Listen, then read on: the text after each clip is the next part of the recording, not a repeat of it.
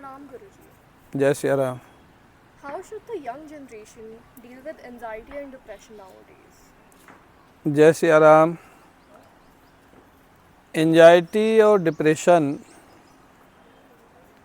Actually हम बहुत ज़्यादा और बहुत जल्दी कुछ पाना चाहते हैं तो एंजाइटी होती है, और जब हम जो बहुत कुछ पाना चाहते हैं बहुत शीघ्र वो नहीं मिलता है तो डिप्रेशन होता है। तो मेरे हिसाब से हमको अपने, अगर सनातन धर्म पे हम विश्वास करते हैं, हमारा जो ये जीवन मिला है ये पिछले कर्म के आधार पे मिला है, और कुछ चीज़ें हमको बाई बर्थ फिक्स होती हैं।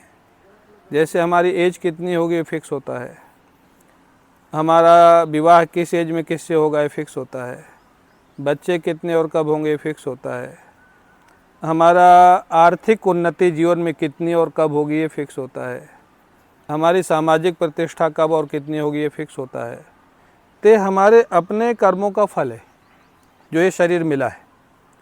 तो अगर कोई चीज़ फिक्स है, हमने जो किया है वो फल हमारे सामने आने वाला है, तो उसके लिए हमको एंजाइटी करने की ज़रूरत नहीं है। हमको रिलैक्स हो करके अपना जो प्रेजेंट है उसको अच्छा जीना चाहिए, अच्छी प्लानिंग करनी चाहिए, प्लानिंग करके उसके अकॉर्डिंग अच्छी मेहनत करनी चाहिए।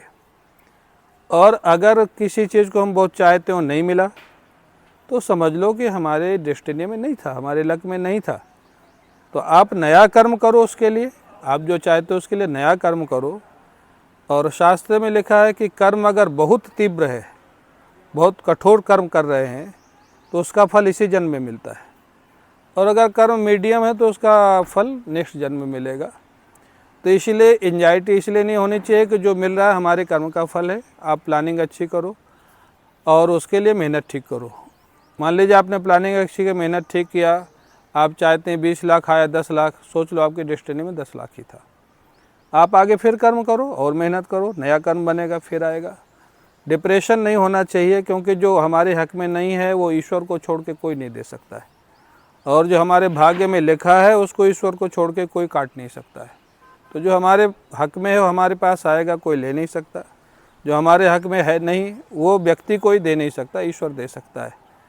तो इसलिए हमको अपने कर्म पे भरोसा होना चाहिए, और कर्म के साथ साथ हमको ईश्वर पे भरोसा होना चाहिए कि जो आज हमारे सामने वो हमारे पिछले कर्म का फल है, आगे जो हमारे सामने आएगा आज के कर्म का फल आएगा।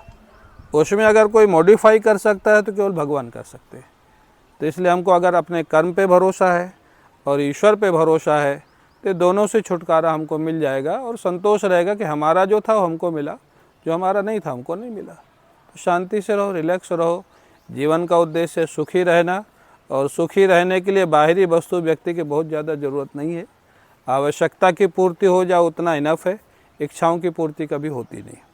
तो जीवन में सुखी रहो और ईश्वर से जुड़े रहोगे तो एंजाइटी डिप्रेशन दोनों अपने आप ख़त्म हो जाएंगे। वो ठाकुर जी करते हैं। जय श्री राम।